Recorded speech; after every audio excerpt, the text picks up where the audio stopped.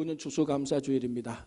감사주일에 은혜와 또 감사가 여러분들에게 가득히 넘치기를 바랍니다. 오늘 감사주일을 맞이하여서 시편 95편을 보면서 우리가 무엇을 감사해야 될지, 어떻게 감사해야 될지, 우리의 삶이 정말로 감사가 있는지, 있다면 어떻게 표현해야 될지 같이 한번 살펴보려고 합니다.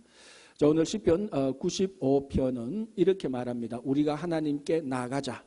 그냥 나가는 게 아니고 감사함으로 나가자라고 말합니다. 감사함으로도 그냥 감사가 아니고 이 감사가 나타나 있는 시와 노래로 지어서 그 시와 노래를 찬양하면서 나가자라고 말을 합니다.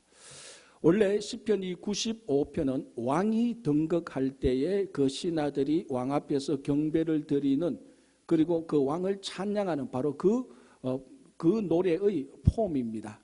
그러니까 왕이 등극할 때 신하들이 그 왕을 찬양하듯이 여호와 하나님께서 나타나실 때 이스라엘 백성들, 하나님의 백성들이 여호와 하나님을 찬양하고 감사하는 그런 내용들입니다. 자, 여러분, 고대, 요즘도 그렇지만은 고대 왕실에서 왕이나 황제가 등극할 때에 신하들이 왕 앞에 나가서 경배할 때 절대로 빈손으로 나가지 않습니다. 반드시 예물을 가지고 나가야 됩니다. 그것처럼 오늘 여호와 앞에 나가는 이스라엘 백성들이 감사함으로 나갑니다. 근데 이 감사함은 근본적으로 마음에 있지요. 이 감사함으로 나갈 때 빈손으로 나가지 아니하고 이 감사함을 표시하는, 감사함을 겉으로 드러내는 시와 노래로 나가자라고 말을 합니다. 자, 여러분, 시와 노래라는 것은 인간의 내면 상태를 가장 쉽게, 가장 직접적으로 표현하는 문학적인 수단입니다. 시, 우리 마음속에 있는 아름다움을 시로 표현하고 우리 마음속에 있는 감동을 노래로 표현하는 것입니다. 그래서 오늘 이 시편 95편 전반부에서 하나님께 나가는 사람들은 어떻게 나가야 되는가? 자기 마음에 있는 감사함을 마음에 품고 나가는 것이 아니고 그 마음에 품은 것을 겉으로 많이 드러내면서, 많이 표현하면서 시와 노래를 지어서 찬양하면서 나가라라고 말을 합니다. 자, 우리나라 말에 외치며 나가자, 시와 노래를 지어서 나가자 이렇게 되어 있는데 원래 히브리어 원뜻은 아주 격렬하게 열정적으로 찬양하면서 나가자라고 말을 합니다. 그러니까 감사가 감사합니다 이 정도가 아니고 자기 마음속에 막 열정이 넘쳐서 격한 감정으로 감사를 드리면서 이것을 자기 마음속에 있는 그 뜨거운 감정의 표현, 끝으로 드러내는 것으로 하나님께 나가자라고 말을 합니다. 그러니까 지금까지 제가 설명했던 것을 한마디로 말하자면 하나님께 나아오는 자는 하나님께 감사 표시를 하라는 겁니다. 그의 시와 찬미로, 시와 노래로 감사 표시를 하라 이렇게 말을 합니다. 우리 누가복음 17장을 보면은 10명의 나병 환자가 예수님에게 고침을 받은 사건이 나옵니다. 그래서 우리가 감사주일에는 주로 이 본문의 말씀을 생각하면서 예수님께서 10명의 나병 환자를 고쳐주었는데 9명은 그냥 그대로 가버리고 1명이 예수님께서 돌아와서 감사했다. 그래서 예수님께서 나머지 감사하지 않는 9명은 어디 있느냐? 왜 너만 감사하느냐? 이런 이제 내용으로 저희들이 주로 많이 말씀을 묵상하는데 자세히 그 본문을 자세히 보고 정확히 표현하면은 예수님께서 감사하지 않았다는 것을 책망하기보다는 감사를 표현 안 했다, 겉으로 드러내지 않았다라는 것을 책망하는 내용이 더 많습니다. 자, 누가복음 17장을 다시 보면은 나병 환자 10명이 예수님께서 오시는 것을 보고 고함을 지릅니다. 주 예수여 우리를 고쳐주셔서. 그러니까 이 대낮에 10명의 나병 환자들이 마치 시위하듯이 예수님에게서 나병, 그 저주받은 병의 상징이지 않습니까? 그 나병을 고쳐달라고 말하는 것은 이거 굉장한 용기를 내야 되고 굉장히 수치를 감수해야 되는 행동들입니다. 그럼에도 불구하고 10명의 나병 환자들이 예수님에게 고쳐달라고 말을 했을 때 예수님께서 이 10명의 나병 환자들에게 말하기를 너희들은 지금 즉시 제사장으로 가서 너희 몸을 보여라라고 말을 합니다. 그 말을 듣고 10명의 환자들이 즉시 출발해서 제사장으로 갑니다. 가는 도중에 이 사람들의 나병이 다 치유됩니다. 자, 왜 예수님께서 너희들을 고쳐주었다 말을 하지 않고 제사장으로 가라라고 말을 하는가 하면 그 당시 나병이 고쳐졌다, 나병이 회복됐다는 것을 판단한 최종 판단자는 의사가 아니고 제사장입니다. 그래서 예수님께서 제사장으로 너희 몸을, 제사장에게 가서 너희 몸을 보여라, 이런 것은 예수님께서 지금 너희 몸을 고쳐준다, 조금 있으면 고쳐주겠다, 아니면 가는 도중에 고쳐줄 것이라는 확신입니다. 10명의 나병 환자들이 그 말을 듣고 믿음으로 받아들였습니다. 그러니까 10명이 전부 다 제사장으로 다 갔습니다. 가는 도중에 치유가 되어버렸습니다. 그리고 그 중에 한 명이 이거 치유된 것을 보고 감사해서 그 자리에서 하나님께 영광을 돌리고 다시 예수님께서 돌아와서 엎드려 감사의 표시를 합니다. 자, 그러면은 나머지 9명은 진짜로 자기를 고쳐주었던 예수님에게 감사하는 마음이 없었을까요? 아니에요. 여러분 한번 생각해 보십시오. 예수님에게 자기들의 병을 고쳐달라고 간절히 요구를 했는데 그 병도 보통 병이 아니라 신에게 저주받았다고 인정되는 나병을 예수님께서 기적적으로 제사장으로 가는 길 그 도중에서 고쳐주셨다는 것은 그 고침을 받은 모든 사람은 감사하는 마음이 다 있습니다. 없을 리가 없죠. 그 고쳐달라고 해서 고쳐주었는데. 그러니까 제사장으로 바로 직진, 바로 갔던 9명의 나병 환자들도 감사하는 마음은 있었습니다. 어떤 연륜인지는 모르겠지만 한 명만, 이 사마리아인인데 이 사마리아 한 명만 하나님께 감사를, 영광을 돌리고 다시 예수님께서 돌아와서 자기 감사의 표시를 했습니다. 예수님께서 그래서 이 감사의 표시를 한 이 나병 환자를 보고 칭찬했습니다. 정확히 말하자면 예수님께서 나머지 9명은 왜 감사하는 마음이 있는데 그 감사하는 마음을 왜 표시하지 않느냐, 그걸 왜 드러내지 않느냐, 거기에 대한 책망입니다. 한 명은 다시 돌아와서 감사했고 감사로서 엎드려 경배한, 그러니까 감사를 표시한 그 나병 환자 그 사마리아 사람을 칭찬한 것이죠. 정확히 말하면 예수님께서 칭찬한 것은 감사를 표시한 사람, 감사하는 마음을 그냥 마음에 담고 있었던 사람이 아니고 감사하는 마음이 있다면 그걸 겉으로 드러내서 표현하고 표시했던 사람, 그 사람을 칭찬하는 겁니다. 그래서 감사는요, 마음에 담고 있을 때 완성되는 게 아닙니다. 감사는, 마음에 품고 있는 감사는 반드시 겉으로 표현될 때, 그때 감사가 완성되는 겁니다. 그때 감사가 실제적인 효력을 발휘하는 겁니다. 아니, 감사가 무슨 효력을 발휘하느냐라고 이렇게 질문할 수 있지만요, 여러분 실제적으로 식당에서 일하시는 식당 종업원이 손님이 음식을 담고 영수증을 갖다 주지 않습니까? 그 영수증 갖다 주는 영수증에 손으로 고맙습니다 또는 감사합니다 글을 써서 영수증을 주면요, 그 영수증을 받은 사람이 팁을 주는데 평소에 주는 것보다 11% 팁을 더 준대요. 제가 조사한 게 아니고 다른 사람이 조사를 해놓은 그 자료를 보면은, 그러니까 팁을 10불 줄 건데 영수증에 고맙습니다 그 글을 보고 고맙습니다 감사합니다라고 표현한 그 영수증의 글을 보고 10불 줄 걸 11불을 준대요. 그게 사람의 심리라는 거예요. 자, 저 사람이 감사함을 느끼고 있구나, 그게 아니고 감사합니다라고 표현하는 것을 봤을 때 나도 거기에 감사의 영향을 받아서 좋은 일이 생긴다는 거예요. 또 이와 비슷한 건데요, 식당에서 일하시는 그 종업원들이 이제 손님이 음식을 다 드시고 영수증을 이제 이렇게 주고 할 때, 손님 오늘 저희 가게에 와셔서 아주 감사합니다. 이렇게 보니까 손님이 음식을 맛있는 걸 들고 보니까 저도 마음이 너무 좋습니다. 감사합니다. 이렇게 표현하는, 감사를 표현하는 식당 종업원에게 팁을 주는데 다른 종업원, 감사를 표시하지 않는 종업원들보다 팁을 17 내지 20% 더 준대요. 뭐 여러분은 안 주는지 모르겠지만 그 자료에 의하면 그렇게 주는데, 왜? 감사하는 말을 들었을 때 뭔가 모르게 내 속에 이분이 내게 감사를 하는구나, 그 표현을 듣고 나도 감사로 뭔가 모르게 팁을 더 준다는 그런 자료가 있습니다. 감사는 표현할 때, 드러낼 때 효력을 발휘합니다. 그때 감사가 완성되는 것이죠.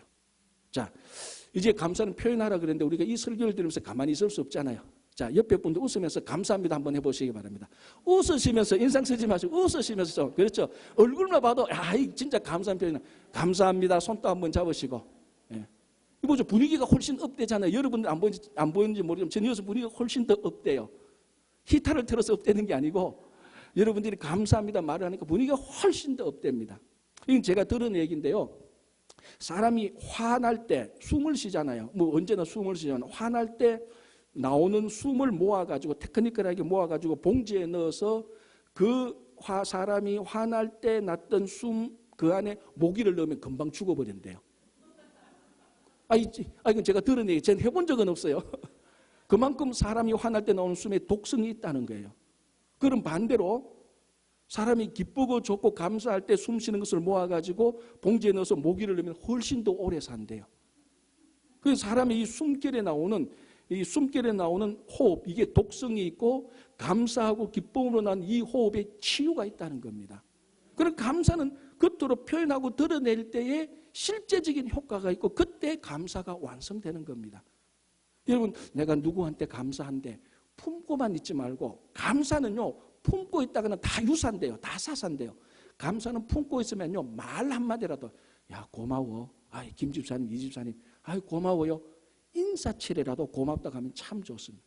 여러분, 대부분 미국 와서 그 느낀 것들 가운데 아마 저하고 비슷한 경험일 겁니다.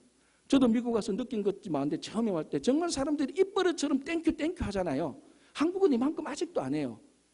물론 그 사람이 진짜 좋아서 땡큐 하는지는 모르겠지만은, 듣는 사람은 그 사람이 땡큐라고 말을 할 때 미국에 처음 와서 뭔가 모르게 긴장감이 있는데, 뭔가 모르게 미국에 살아가는데 어색한데, 불안한데, 뭐 하나라도 다 이상한데 상대방이 나한테 땡큐라는 그 말을 들었을 때 내 마음속에 긴장감이 녹아집니다. 사소한 말 한마디 감사의 표시가 상대방의 마음을 따뜻하게 해주고 그 사람을 치열업 일어나게 해주는 것입니다. 자, 그러면은 오늘 이 시편 95편은 감사를 사람에게 하는 게 아닙니다. 하나님에게 하는 겁니다. 자, 사람에게 한다면 감사를 표시를 해야, 사람은 마음을 모르니까 겉으로 표시를 해야 그 감사의 효력이 있다고 하더라도, 오늘 이 시편 95편은 하나님께 감사를 드리는데, 하나님은 우리 심령을 살피는데, 우리 마음의 중심을 살피는데, 굳이 우리가 뭔가 시와 찬미를 안 하더라도, 예물을 드리지 않는다 하더라도 하나님 우리 마음의 중심을 그대로 보시기 때문에 감사하는 마음을 보시고 하나님께서 영광 받으시지 않겠나, 이렇게 반문할 수 있습니다. 맞습니다. 여러분들이 진짜로 하나님 앞에서는 감사하는 마음만 가지고 와도 돼요. 하나님 우리 마음의 중심을 보시니까. 그런데 오늘 시편 95편에도 하나님께 나오는데도 사람에게 하는 것처럼 감사의 표시를 하라는 겁니다. 하나님 다 알고 있는데 왜 표시를 해? 사람들은 모르니까 표시를 한다 손치더라도 하나님은 우리 마음을 다 알잖아. 아는데 뭘 표시를 해? 여러분, 그래도 하나님은 우리가 하나님 앞에 감사 표시하기를 원합니다. 왜냐하면 하나님이 우리 마음을 알고 계시지만 하나님께서 감사 표시를 하시기를 원하는 것은 하나님 기분이 더 좋아지기 위해서가 아니고, 감사하는 사람이 감사 표시를 할 때 진짜 성숙해지고 더 잘하는 것입니다. 우리가 하나님 앞에 그냥 감사하는 마음을 가지고 오는 것하고요, 하나님은 마음만 해도 돼요. 진실한 마음만 해도 하나님은 우리 마음을 살피기 때문에 하나님은 그 마음만 받으셔도 하나님은 하등 섭섭하지 않아요. 더 영광 받거나 더 기분 나쁘지 않아요. 그러나 우리가 하나님 앞에 나올 때도 감사의 표시를 할 때 우리가 잘하고 우리가 기분 좋고 우리 삶이 감사로 넘치고 우리가 성숙해지는 겁니다. 그래서 하나님 앞에 감사의 표시를 하는 것은 하나님께 영광이기도 하지만 우리가 훨씬 더 좋아지는 겁니다. 그래서 시편 95편에 시와 노래로 하나님께 감사의 표시를 하라라고 말을 하는 것입니다. 자, 그럼 오늘 이 시편 95편에 무엇을 감사하느냐, 감사의 내용이 뭐냐는 겁니다. 오늘 이 쭉 보면요, 세 가지로 요약할 수 있습니다. 첫 번째 1절에 이렇게 됐습니다. 우리가 우리의 구원의 반석을 향하여 즐거이 외치자. 뭘 하는가 하면 여호와께서 우리의 구원이 되신다. 즉 여호와의 구원, 하나님의 구원을 감사하자는 것이고요. 그리고 이제 3절 보면은 여호와는 크신 하나님이시요 모든 신들보다 크신 왕이기 때문이다. 우리 여호와 하나님은 모든 신들보다, 모든 왕들보다 훨씬 더 크신 왕이기 때문이다. 이 왕께서 우리를 통치하신다. 이 왕께서 우리를 다스린다. 그의 다스림에 감사하라는 것입니다. 세 번째는요, 4절부터 7절까지인데 우주를 창조하신 하나님께서 우리의 목자가 되셔서 우리를 하나님의 양으로 삼으셔서 하나님께서 목자 되셔서 우리를 길러주시고 돌보아 주시고 인도해 주시는 것을 감사하라는 것입니다. 그럼 이 시편 95편은 우리들에게 뭘 깨우치는가 하면은 정말 우리가 하나님 앞에서 감사해야 될 것, 구원, 하나님의 다스림, 하나님의 돌보심과 인도하심, 자, 여러분, 우리 구약 성경에서 성경 전체를 통해서 하나님의 구원과 통치 또는 다스림, 인도하심과 보호하심, 이게 하나님께서 우리들에게 주시는 가장 중요한 것 다입니다. 이 시편 95편에서 감사의 내용은 우리가 성경 전체를 통해서 감사드리는 세 가지를 딱 요약해서 우리들에게 깨우쳐 주는 것입니다. 우리가 뭘 감사해야 됩니까? 정말로 세상 사람들은 하나님께서 우리를 구원하시는 거 감사 안 합니다. 그 자체를 믿지 않으니까.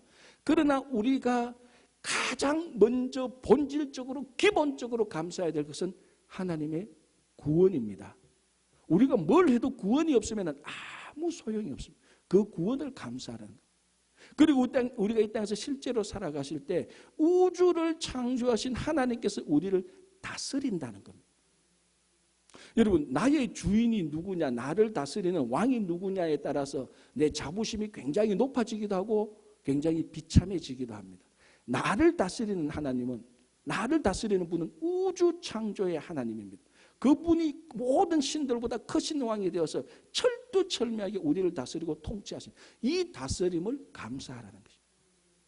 바로 이 하나님께서 우리의 목자가 되셔서 목자가 양을 잘 기르고 돌보고 인도하는 것처럼 이 하나님이 우리를 돌보심, 인도하심, 양육하심, 그것을 감사하는 건데, 이게 정말로 우리가 하나님 앞에서 감사해야 될 모든 것이 이 안에 다 들어있습니다.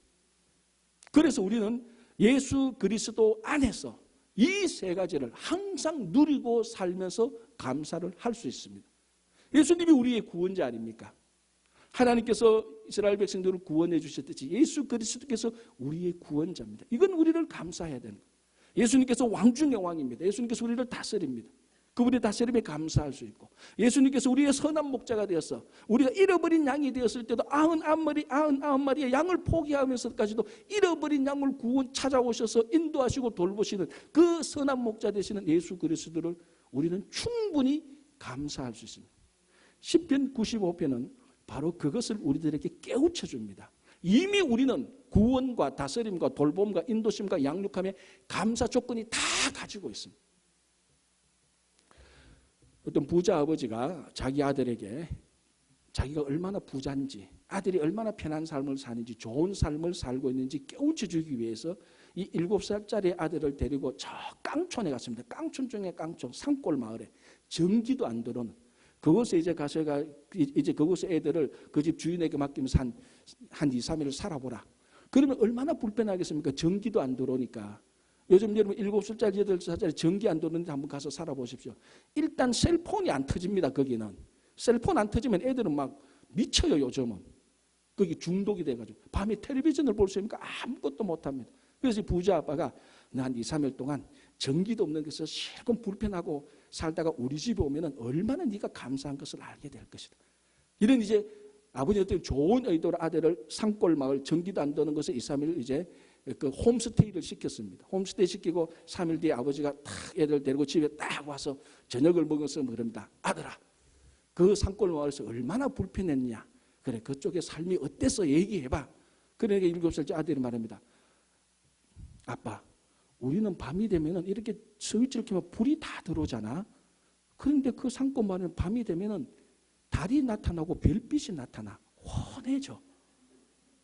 아빠, 우리 뒤에는 수영장이 있잖아. 우리 집 뒤에는. 그런데 그 집은 뒷마당 넘어가면은 매일매일 졸졸졸 흘러 끊임없이는 개울이 있어. 아빠, 우리 집 옆에 지금 여기 문 열고 가면 농구 코트가 있잖아.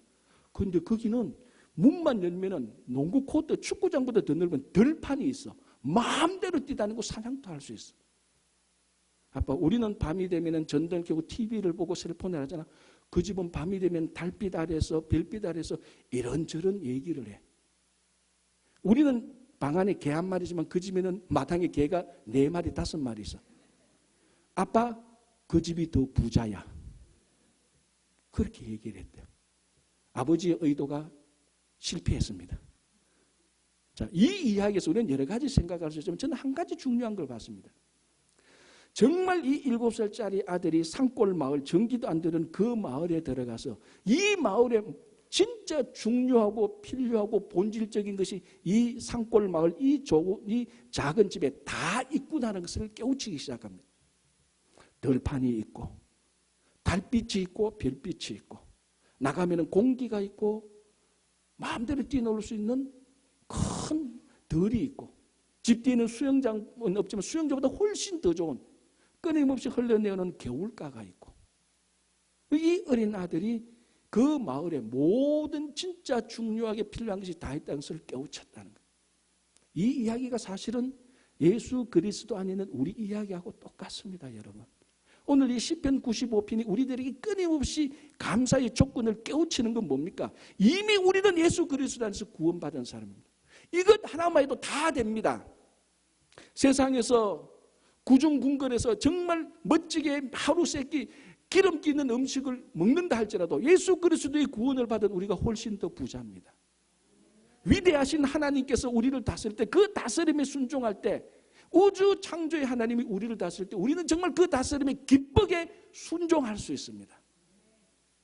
여러분, 예수 그리스도께서 지금까지 우리를 인도하시고 보호하셨기 때문에 우리가 이까지 온 겁니다. 그걸 오늘 이 본문은 우리들에게 분명하게 깨우쳐주는, 여러분, 우리는 이미 충분히 하나님께 감사할 수 있는 조건이 있습니다. 방금 말씀드렸다시피 정말 중요하고 정말 본질적인 것은 하나님께서 이미 우리에게 공짜로 다 주셨어요. 태양, 햇볕 하나님께서 공짜로 주시는 겁니다. 이 세상에 그 어떤 부자도 태양이 없는데 태양을 살려고 하면 어떤 부자도 돈으로 태양을 살 수 없습니다. 하나님은 공짜로 태양을 주셨고 햇빛을 우리들에게 주셨습니다. 신선한 공기를 주셨고, 여러분, 사람들 그런데 신선한 공기가 뭐 중요해? 화성하고 목성, 달에 한번 가보십시오. 공기가 얼마나 중요한지. 정말 이 공기가 정말로 사람한테 가장 중요한, 이거 하나님께서 공짜로 주셨어요. 공짜로. 바람, 물 다 공짜로 주시는 거예요. 정말 우리는 가장 중요한 건 하나님으로부터 다 공짜로 받습니다. 이게 정말 감사의 조건이구나라고 깨우치는 것이 성령의 깨우침입니다. 이게 정말 감사하구나. 이게 지금 정말로 세상의 권력과 물질과 부를 누리는 것보다 이 태양을 보고 그 밤에 달빛을 보고 신선한 공기를 쐬고 때에 따라서 바람이 불고 비가 오는, 이것은 모든 우리에게 공짜로 하나님께서 다 주신 것입니다. 그게 얼마나 감사한 겁니까? 매일매일 감사해도 모자랄 판입니다. 그래서 오늘 시편은 그것을 깨우쳐 주는 것입니다. 자, 마지막으로 시편 95편에서는 뭐라고 말하는가 하면요, 8절에 이렇게 말합니다. 너희는 머리바에서와 같이 또 광야의 마사에서 지냈던 날과 같이 너희 마음을 완악하게 하지 말지어다. 그러니까 쉽게 말하면 머리바와 광야 생활을 할 때 머리바와 마사에서 행했던 것처럼 하지 말라라고 말을 합니다. 자, 머리바, 마사, 머리바 또는 머리바, 마사는 사실은 같은 걸로 보고요. 우리가 성경 광야 생활을 보면 머리바라는 이름을 가진 곳이 두 군데 나옵니다. 자, 첫 번째는 어딘가 하면은 광야 생활 초기입니다. 출애굽을 막 하고 난 다음에 홍해를 막 건너고 난 다음에 이스라엘 백성들이 르비딤에 도착합니다. 르비딤에 도착했는데 무슨 일이 생겼는가 하면 마실 물이 하나도 없어요. 그래서 이스라엘 백성들이 모세와 또 다툽니다. 우리를 여기까지 인도해서 우리를 여기서 그 마실 물도 없게 해서 우리를 죽이려고 하냐, 모세와 막 다툽니다. 그리고 하나님이 우리를 여기서 죽이게 하려고 하나님하고 시험하고 하나님께서 우리를 죽이나 살리나 한번 보자. 시험해보고 테스트해보고 의심했습니다. 그때 하나님께서 모세를 통하여서 반석을 쳐서 물을 내줍니다. 그래서 그곳에서 이스라엘 백성들이 모세와 다투었다고 해서 다투었다는 뜻이 머리바입니다. 그래서 그곳을 르비딤을 머리바 또는 하나님을 시험했다고 해서 마사 또는 머리바라고 불렀습니다. 여기 첫 번째 출애굽기 17장에 나오는 머리바라는 곳입니다. 실제적인 지역은 르비딤이죠. 머리바 다투었기 때문에. 자, 요렇게만 보면은 이스라엘 백성들이 모세하고 다툴만 또 하지요.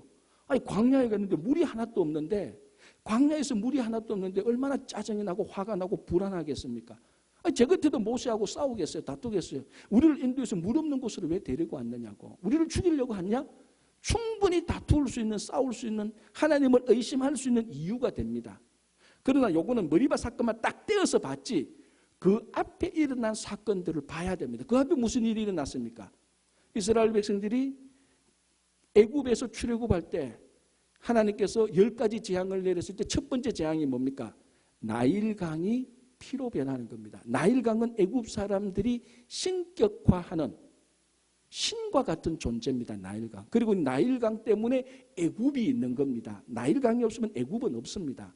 나일강은 애굽 사람들의 생명의 젖줄입니다. 그걸 하나님께서 나일강을 쳐서 피로 만들어버리는 겁니다. 그런데 애굽 사람들이 생명으로 여기는 신으로 여기는 그 나일 강물을 하나님께서 마음대로 할 수 있다는 것을 보여줍니다. 그리고 뭡니까? 홍해를 가르잖아요. 이스라엘 백성들이 가는데 막고 있는 홍해를 하나님께서 가르셔서 마른 땅으로 만들어서 홍해를 건너게 합니다. 그리고 또 바로 르비딤 앞에 마라를 도착했는데 마라에 쓴 물이 있습니다. 못 마십니다. 하나님께서 그 물을 단물로 바꾸셔서 물을 마시게 합니다. 그러니까 르비딤 물이 없는 곳에 도착하기 전에 이스라엘 백성들은 이미 크게 3번 물과 관련된 시련을 닥쳤을 때마다 하나님께서 싹 다 해결해 줬습니다. 그러면 약간의 믿음만 있었다면 르비딤에 도착했을 때 물이 없구나. 여보, 하나님께서 애굽의 나일 강도 그 물도 마음대로 치리하셨어. 홍해도 갈라주셨어. 우리 얼마 전에 마라에서 쓴물인데 하나님께서 그 물도 달게 해주셨잖아. 지금 물이 없는데 하나님은 우리가 물과 관련해서 문제에 부닥칠 때마다 하나님은 해결해 주었어. 약간의 믿음만 있었더라면 그 상황에서 모세와 다툴 필요가 없고 하나님을 의심하지 않았을 겁니다. 약간의 믿음만 있었더라면, 이미 3번이나 경험했던 약간의 믿음만 있었더라면 다투지 않고 시험하지 않고, 야, 여기서도 하나님께서 물을 주실 거야. 아니면은 어떻게 하든지 물 안 주신다면 우리가 갈증나지 않게 하실 거야. 이미 우리는 경험했잖아. 그 약간의 믿음만 있었더라면 머리바가 아니고 감사의 르비딤이 되었을 것입니다. 그 약간의 믿음이 있었다면 그곳은 머리바가 아니고 감사하는 상황이 되었을 것입니다. 이것이 첫 번째 머리바고요.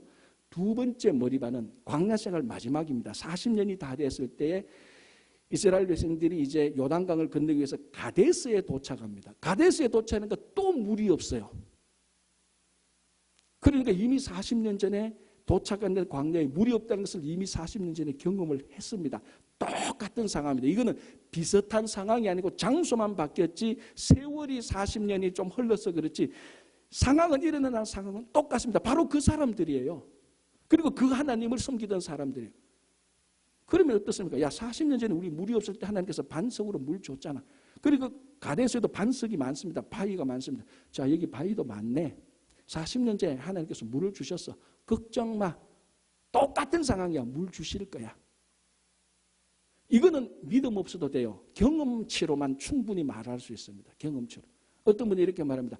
아이고 40년 전 걸 다 기억하겠습니까? 목사님 40년 전인데 새로운 상황 아니겠습니까? 천만의 말씀. 이스라엘 백성들은 구전, 말로 전해주는 것이 얼마나 정확했는 줄 아십니까? 우리들은요. 한 사람 거치면 말이 다 바뀝니다. 우리들은. 이스라엘 백성들은 500년, 600년 했던 말이 그대로 전달됩니다. 그러니까 이 구전, 말로 전해주는 것은 세계 최고 백성들이 이스라엘 백성들입니다. 성경의 내용을 구전 말로 아버지가 아들이 그 자손에게 전해주는데 내용이 바뀌지 않고 그대로 흘러갑니다. 40년 전 내용 전하는 거요. 일도 아니에요. 우리한테 일이지. 우리는 하루만 얘기해도 하루 사이에 모든 게 다 바뀌는 게 우리인데 이스라엘 백성은 40년 그거 그대로 기억합니다. 마치 어제 일어났던 일처럼 르비딤에서 물이 없어서 하나님께서 반석으로 물을 해결해 주시던 그 일이 어제 일어났던 일처럼 그 사람들 마음속에는 생생합니다. 그럼 뭡니까? 물이 없네? 또 물 주실 거지. Don't worry. Be happy. 충분히 감사할 수 있는 상황입니다. 여기는요, 제가 좀 전에 말씀드렸다시피 믿음이 없어도 돼요. 어제 경험했는데, 어제 경험했는 처럼 생생한데, 오늘 또 하나님께서 주실 거예요. 걱정하지. 우리 다 경험했잖아. 똑같은 경험했잖아. 그런데 이스라엘 백성들은 똑같이 다투었습니다. 똑같은 경험을 하는데, 감사드리기는 그냥 똑같이 이스라엘 백성들이 다투었는데, 이번에는요, 두 번째 머리바에서는 이스라엘 백성들이 모세와 다투지 않고 누구하고 다투는 줄 압니까? 하나님하고 직접 다툽니다. 이 사람들 어마어마한 사람들이에요. 똑같은 경험을 하면서도 하나님하고 다툴 생각을 하는 거예요. 그래서 하나님께서 그것을 머리바라고 또 했습니다. 또 다투었다라는 것입니다. 여러분, 두 번째 머리반은 정말로 감사할 수 있는 상황입니다. 그 감사할 수 있는 상황을 다툼으로 변질시켜버렸고 의심, 불심, 의심과 불신과 시험, 하나님을 시험해 보는 것으로 바꾸어 버렸습니다. 충분히 감사할 수 있는 상황인데. 그래서 오늘 이 95장 10편 95편 뒤에 보면 이런 사람들의 마음이 완악해졌고 이런 사람들의 마음이 10절을 보니까 마음이 미혹된 백성이라고 말합니다. 완악하다, 완고하다는 거죠. 예수님이 씨 뿌리는 비유에 씨를 뿌리는데 땅이 굳은 땅, 씨 한 톨도 안에 안 들어가는 땅, 그 굳은 땅의 상태가 이스라엘 백성들의 완악한 마음입니다. 사실 그렇죠. 완악하지 않으면 하나님을 받아들일 수 있는 겁니다. 그러면 감사가 넘치죠. 하나님을 전혀, 하나님이 해주신 기적, 이적, 하나님의 말씀 전혀 받아들이지 않습니다. 마음이 굳어질 수밖에 없죠. 그리고 미혹된 마음이라는데, 미혹은요, 정확한 말은 빗나갔다는 겁니다. 어긋났다는 겁니다. 감사가 없으니까 하나님의 마음에 어긋날 수밖에 없습니다. 정말 여러분들이 어떤 상황, 어떤 일 가운데서 하나님의 마음에 여러분들을 맞추려면요, 감사해 보면 돼요. 감사해 보면 하나님의 마음의 주파수를 여러분들이 맞출 수가 있습니다. 감사를 안 하면 천하 없어도 하나님의 마음에 빗나갈 수밖에 없는 것입니다. 그래서 하나님께서는 너희들 머리바에서처럼 마음을 완악하게 하지 말고 미혹된 마음을 가지고 있지 말라라고 말합니다. 그래서 시편 95편에서 하나님께 나아가는 자는 감사함으로, 그 표현을 함으로 나아가라고 말합니다. 우리가 한 달 전에 새벽 기도할 때 에스더를 봤습니다. 그죠? 에스더를 쭉 보면서 여러분, 에스더 전체에서 누가 제일 부자일까요? 하만이에요. 하만은 어마어마한 부자입니다. 하만은요, 페르시아 왕에게 도네이션을 한번 하는데 얼마나 도네이션 하는가? 은 1만 달란트를 도네이션해요. 그 은 1만 달란트가 얼마 정도가 하면은 페르시아가 1년간 세금으로 거두는 액수하고 같은 거예요. 실감이 안 나시는데 여러분 세금 얼마나 많이 냅니까? 다 많이 내잖아요. 미국에 여러분들이, 미국 사람 전체가 1년 동안 내는 세금의 액수를 하만이 한꺼번에 왕에게 도네이션 해버린 거예요. 어마어마한 부자예요. 그러니까 페르시아 왕이 너무 기분이 좋아서 이 하만을 최고 높은 자리로 올립니다. 자기하고 같은 급수로 올리는 거예요. 그러니까 하만은 뭡니까? 정말 부자였고 그 페르시아에서 절대 권력을 가지고, 그 당시 페르시아가 최고의 제국 아닙니까? 최고의 권력이에요. 권력, 물질, 신분, 지위, 명예 다 가지고 있어요. 그리고 집에 가면 자기하고 얘기가 죽이 잘 맞는 아내도 있고, 에스더서를 읽어보면 하만의 아들이 10명이나 있다고 그랬어요. 자, 여러분, 우리 가운데 하만하고 견줄 수 있는 사람 아무도 없어요. 제가 여러분들의 세금 얼마 내는지는 모르지만은 하만이 한 번 도네이션인데 미국에 1년 세금만큼 도네이션 하실 분 없잖아요. 그만큼 부자였어요. 실제 권력가였습니다. 감사할 조건 다 가지고 얼마나 감사합니까? 자기 삶을 보니까 부족한 게 없어요. 그런데 그날 성문에서 나오는데 하나가 딱 걸려요. 뭡니까? 다른 사람이 다 경배하는데 모르드게가 경배하는 거 바닥에 서 있는 게, 그거 하나가 딱 마음에 걸렸어요. 쉽게 말하자면 10,000개가 있는데 9,999개는 오케이, 하나가 딱 걸렸어. 다른 사람은 다 경배하는데 모르드게 한 사람이 경배하는 거 써 있는데 그걸 보고 집에 와서 매우 분노했더라라고 말을 합니다. 9,999개가 감사할 상황인데 하나가 좀 찝찝해. 그것 때문에 매우 분노를 합니다. 그래서 하만이 어리석은 자의 대표예요. 여러분, 그래서 그 다음에 이제 에스더 보면은, 에스더서를 보면 하만이 그래서 뭘 계획합니까? 모르드게가 어느 민족이냐? 유대인이다. 이 일로 인하여서 하만이 유대인 진멸 프로젝트를 마련합니다. 그런데 그 일로 인하여서 하만도 죽고 자기 가족이 다 죽습니다. 왜 하만이 죽었습니까? 모르드게 하나가 자기한테 경배 안 하는 것을 보고 진노했는 것 때문에 하만도 죽고 가족도 다 죽어요. 비참하게 죽습니다. 9,999개가 감사할 조건이 있는데 다 모든 것들로 다 감사해요. 그거 하나에 딱 걸려서 감사가 다 깨져버렸어요. 그때부터 자기의 모든 삶의 프로젝트는 모르드게와 그 민족을 죽이는 데 다 들어갑니다. 어마어마하게 감사할 것이 있는데 그 감사를 다 제끼고 진노하는 데 인생을 투자해 버립니다. 결과는 자기가 그 진노 속에서 자기가 죽어버리는 거예요. 자, 우리들의 삶을 보십시다. 이것저것 여러분 원망과 불평거리가 있을 겁니다. 건강 문제도 그렇고 비즈니스 문제도 그렇고 가족 문제도 그렇고 교회 안의 공동체 문제도 좀 찝찝하고, 그러나 여러분, 하나님께서 여러분에게 주신 햇빛과 공기와 하나님께서 우리 주신 구원과 이게 비교할 수 있습니까, 여러분? 홍길동 집사가 내하고 좀 홍길동 집사가 내가 교회 올 때마다 홍길동 집사가 내 좀 삐딱하게 바라보는 것하고 하나님이 나를 구원하신 거고 비교할 수 있습니까? 비교가 안 되잖아요. 그런데 우리는 하만처럼 그걸 비교한다고요. 하나님의 구원은 싹 잃어버리고 홍길동 집사가 눈 삐딱하게 보는 거, 그것 때문에 가슴이 확 맺히고 상처받았다고 말을 해요. 하나님의 놀라우신 구원과 우주 창조의 하나님이 우리를 다스려 주심과 우리를 양삼으로서 목자가 그렇게 다스리고 보호하고 인도해 주신 그의 감사가 홍길동 집사가 눈 찌푸리는 것이 다 깨지는 것이 우리들의 삶의 모습이기도 합니다. 하만의 삶의 모습이기도 합니다. 여러분, 지금까지 살아오시면서 감사하지 않은 것이 여러분들을 괴롭혔고 여러분들을 진노하도록 만들었지, 감사하는 것이 여러분 삶을 깨트린 적은 한 번도 없습니다. 그리고 우리들은 무지무지하게 감사할 조건이 있습니다. 오늘 이곳에 오신 분들 그래도 건강하니까 여기 오셨죠. 그래도 함께 예배 드릴 수 있는 교회와 성도들이 있으니까 함께 살아계신 하나님께 예배를 드리지 않습니다. 마치고 돌아갈 집이 있고 가정이 있습니다. 또 오늘은 점심도 맛있습니다. 아주 좋습니다. 이것저것 따져도 전부 다 감사할 것밖에 없어요. 그런데 홍길동 집사가 내 좀 삐딱하게 보는 것 때문에 거기에 걸려서 진노하지 마십시오. 진노할 이유가 없습니다. 감사할 것을 보면 무지무지하게 남아있습니다. 그걸 오늘 시편 95편이 우리를 깨우쳐 줍니다. 잃어버렸던 감사, 놓쳐버렸던 감사,